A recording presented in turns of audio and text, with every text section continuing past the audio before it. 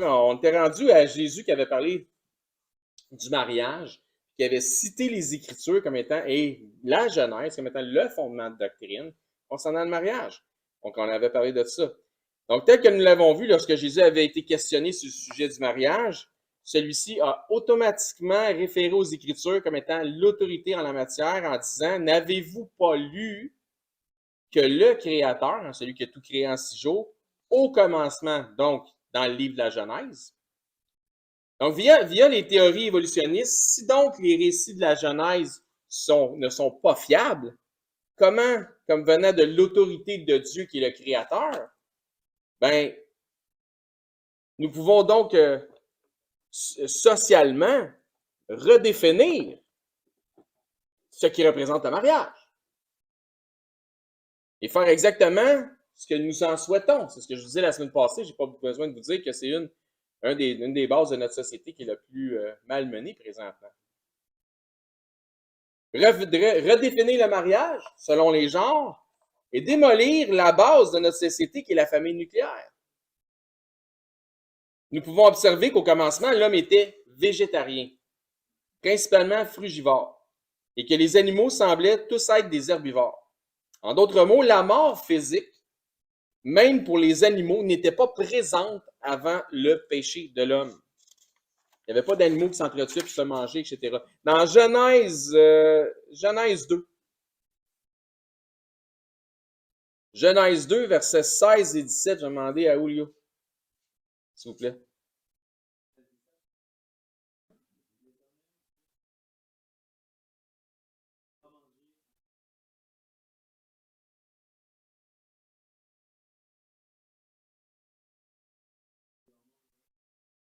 Donc, merci. Donc, il termine en disant, le jour où tu en mangeras, tu mourras. Nous connaissons la suite de l'histoire. L'homme a péché et Dieu a dû faire un sacrifice et utiliser les peaux d'animaux de ce sacrifice afin de vêtir Adam et Ève. Vous trouverez la référence dans Genèse 3, 21. Maintenant, dans Romains 5, 12. Romains 5, 12, Jérémie. Donc, je vous disais que au début, il n'y avait pas de mort, même les animaux ne mouraient pas tant que l'homme n'avait pas péché. Vas-y.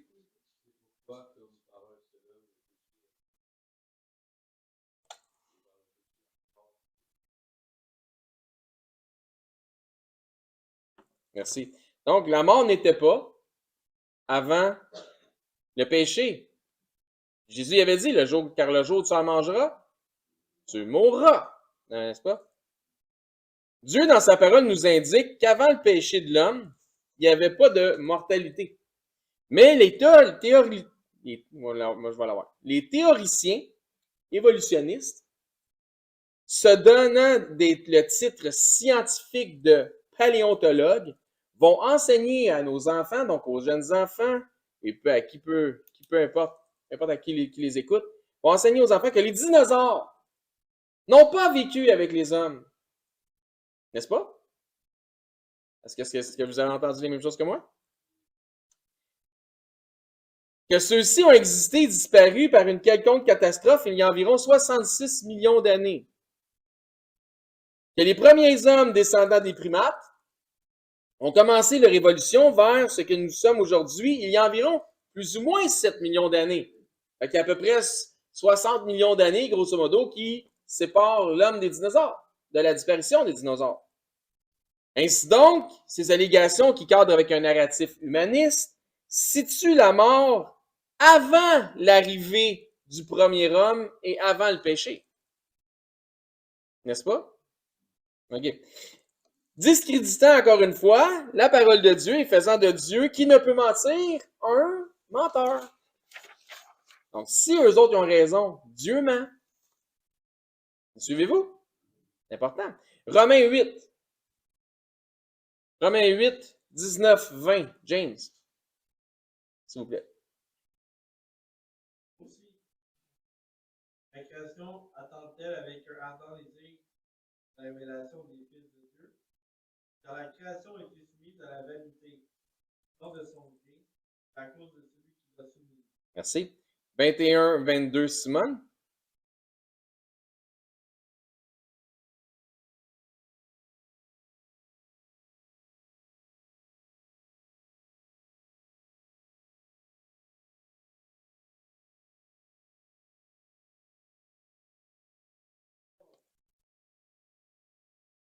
Merci beaucoup. Toute la création entière, depuis le péché d'Adam, est assujettie à la mort et à la corruption. C'est important de laisser savoir à nos jeunes de tous les âges que nous avons des réponses à leurs questions. Comme j'ai dit la semaine passée, ils vont chercher des réponses. Et s'ils ne trouvent pas auprès de leurs parents, s'ils ne trouvent pas auprès dans leur église locale, ils vont les trouver. Mais ils vont les trouver à travers les théories évolutionnistes. Ce ne sera juste pas les bonnes réponses, ce ne sera juste pas les bonnes perspectives. Donc, c'est important de leur laisser savoir qu'ils peuvent faire confiance à la vérité de ce que Dieu dit dans la Genèse jusqu'à l'Apocalypse. Parce que c'est important que les gens sachent qu'ils peuvent faire confiance, donc mettre leur foi en la parole de Dieu, puisque la réalité entre la foi et l'incrédulité va résulter en des conséquences éternelles. Et je l'ai dit la semaine passée, c'est une des grandes pierres d'achoppement de ce qui empêche les gens de venir à Christ. C'est qu'ils ne croient pas à ce que le livre dit, parce qu'ils ne croient pas qu'on a été créé. Ils croient à la théorie de l'évolution. C'est une pierre d'achoppement qui empêche de venir à Christ. C'est un des mensonges qui empêche les hommes de venir à Christ. Pour eux autres, rien de ça fait du sens. C'est des fables. Mais ce n'est pas des fables, c'est la réalité. C'est ce que je disais un peu plus tôt pendant notre soirée, que le Seigneur ne veut pas que ça fasse de sens volontairement. Si donc nous commençons à faire des compromis pour accommoder tout le monde, tels que ceux qui invoquent la théorie du gap en disant qu'il y a un gap entre Genèse 1.1 et Genèse 1.2, en disant que peut-être que les dinosaures ont existé dans cette période-là, puis qu'il y avait peut-être des milliers, des millions d'années entre Genèse 1.1 et Genèse 1.2, qui était en fait le premier jour de la création, et que ces dinosaures-là ont peut-être existé bien avant l'époque de l'homme, etc. Ça voudrait quand même dire que la mort vient avant le péché de l'homme pareil. Ça voudrait donc dire que Dieu ment davantage en disant lors de la création que tout était bon, puis que tout était très bon. Ça veut dire que ça n'a pas été tout bon puis tout très bon, parce qu'il y a eu quelque chose qui est mort pendant la création. C'est pas vrai, Dieu ment encore. Ça fait encore de Dieu un menteur. Vous suivez-vous? Ça va? Ça voudrait aussi dire que Dieu est l'auteur de la mort. Et que la mort faisait partie de sa supposée très bonne création. Ça ne marche pas, là. Si la mort arrive avant le péché, ainsi donc la mort n'est pas la conséquence du péché, ni le salaire du péché. Suivez-vous? Faites attention à ce que le monde vous dise. Si la mort vient avant le péché, donc la mort a toujours été, et elle fait partie du plan original de Dieu, n'étant pas une conséquence du péché, le sacrifice de Christ n'est donc pas le paiement pour nos péchés. Merci pour la théorie du gap, on peut flasher ça. Ça va être correct. En discréditant le récit de la Genèse par une philosophie humaniste et évolutionniste, l'adversaire détruit instantanément le message de l'Évangile. La mort de Christ sur la croix devient donc inutile. Jean 3,16. Élisère.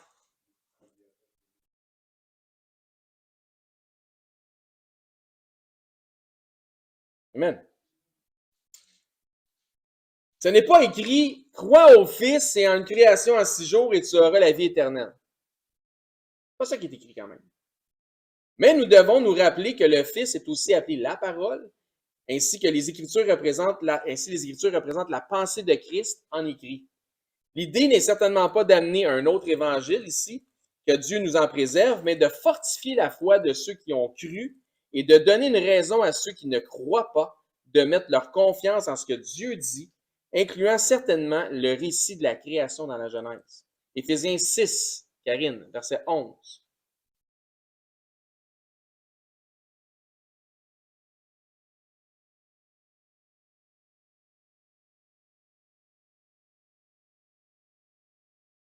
Merci beaucoup. Donc, revêtez-vous de toutes les armes de Dieu afin de pouvoir tenir ferme contre les ruses du diable. C'est ce que je dis, c'est de renforcer.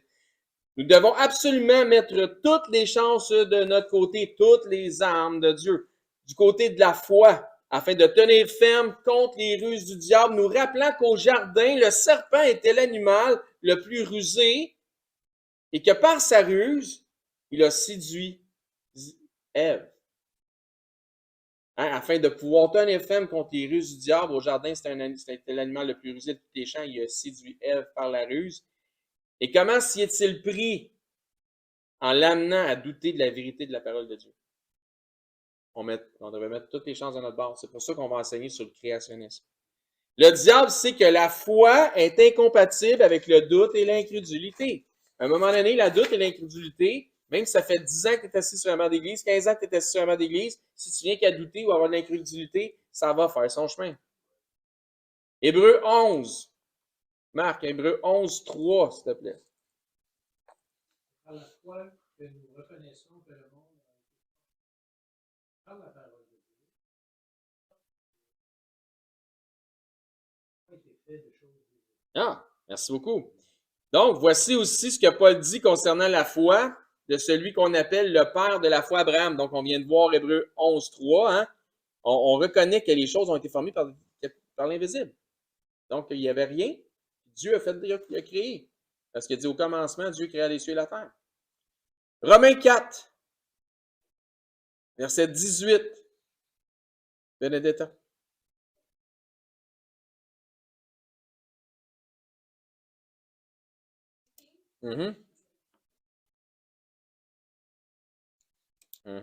Donc, on voit premièrement l'espoir d'Abraham. Donc, il y avait de l'espoir, hein? Donc, contre toute espérance. Verset 19, Pauline. Et sans faiblir dans la foi, ne considérera point que son corps était déjà puisqu'il avait trouvé que Sarah n'était Merci. Donc, ça commence, ça dit « et sans faiblir dans la foi ». Donc, l'adversaire cherche constamment à affaiblir notre foi par ses ruses, par le doute. Verset 20, s'il vous plaît, Chantal.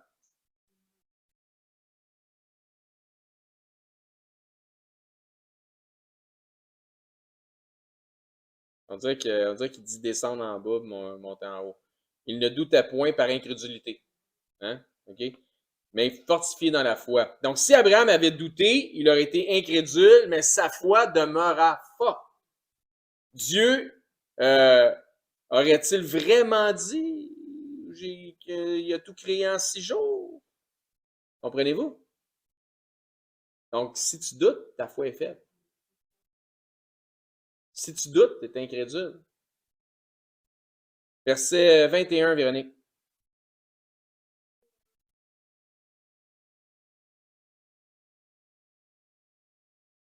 C'est ce que je vous dis depuis quelques semaines.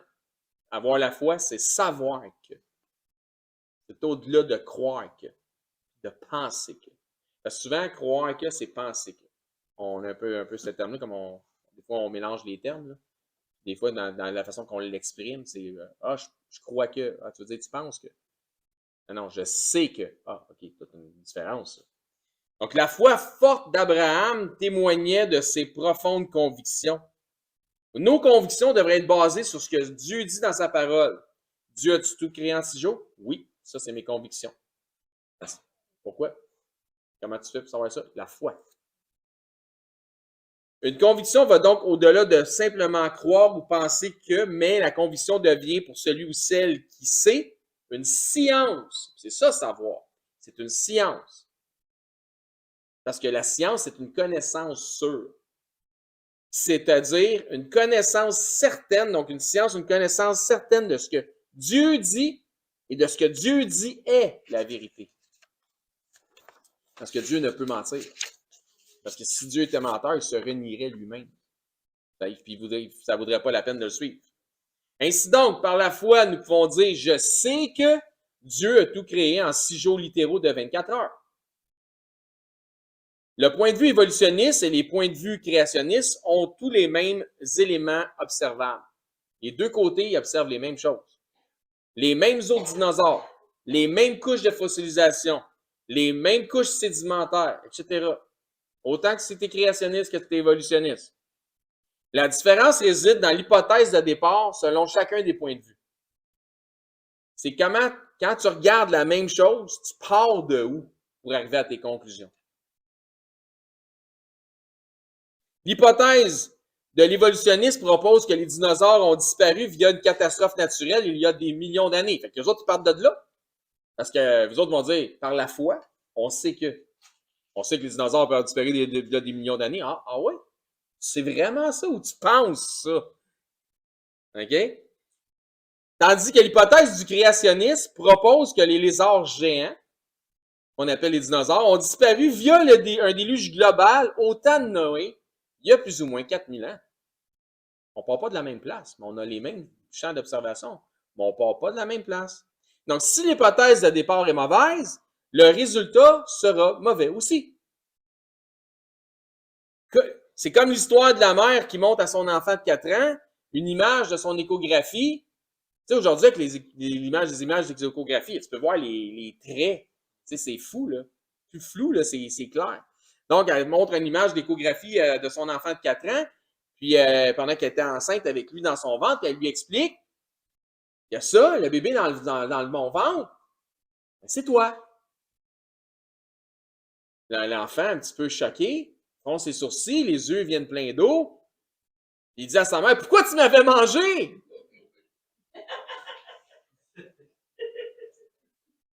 Qu'est-ce que j'avais fait? Voilà l'histoire, l'hypothèse. Donc, la supposition était mauvaise. Donc, la conclusion était mauvaise. Mais, c'est observable. C'est la même chose pour les théories évolutionnistes. Elles sont analysées selon une mauvaise interprétation des évidences. Ne vous leurrez pas, car il est faux de dire et croire que la religion a été sortie des milieux scolaires. Ils n'ont pas sorti la religion des milieux scolaires, ils l'ont tout simplement remplacée par une autre. Et c'est l'humanisme. Puisque l'idée est maintenant de croire que tout peut s'expliquer sans inclure Dieu dans la création. On peut tout expliquer par la science. En supposant une évolution lente, basée sur des millions, voire même des milliards d'années. Donne assez de temps, puis on va pouvoir... Encore des fois, quand tu parles à quelqu'un qui est un évolutionniste, quand tu lui dis « Oui, mais vous n'avez pas de preuve de ça », mais il dit « Oui, mais c'est parce qu'on n'a pas assez de temps, donne-nous du temps. » Donc, l'idée, comme je disais, est maintenant de pouvoir tout expliquer sans inclure Dieu dans le portrait, en supposant une évolution lente et basée sur des millions d'années, c'est une question de temps. Puis, dans le fond, c'est un conte de fées un peu plus. C'est comme embrasse une grenouille, va devenir un prince. C'est l'équivalent. Donne bien du temps à quelque chose, puis ça a l'air que tu peux faire de la magie avec ça. Donc, ce monde offre maintenant un narratif athéiste qui enseigne une mauvaise conclusion des choses observables, qui sont en fait la résultante évidente d'une intelligence créatrice. Romains 1. Je vais terminer avec ça bientôt. Romains 1, 18, 19. Alex?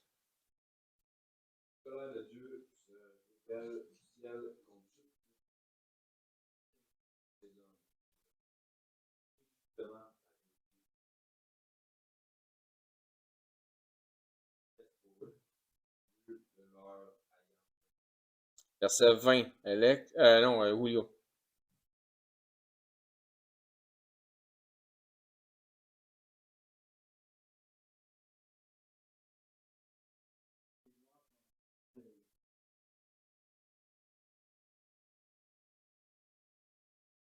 Merci. 21, 22, Jamie. Good job, good job.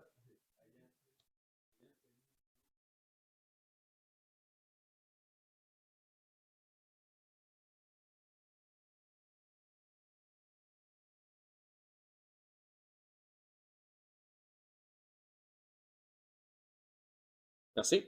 C'est clair, hein? Donc, les perfections invisibles de Dieu, sa puissance éternelle, sa divinité se voit à l'œil comme depuis la création du monde. Tu regardes dehors et tu devrais comprendre.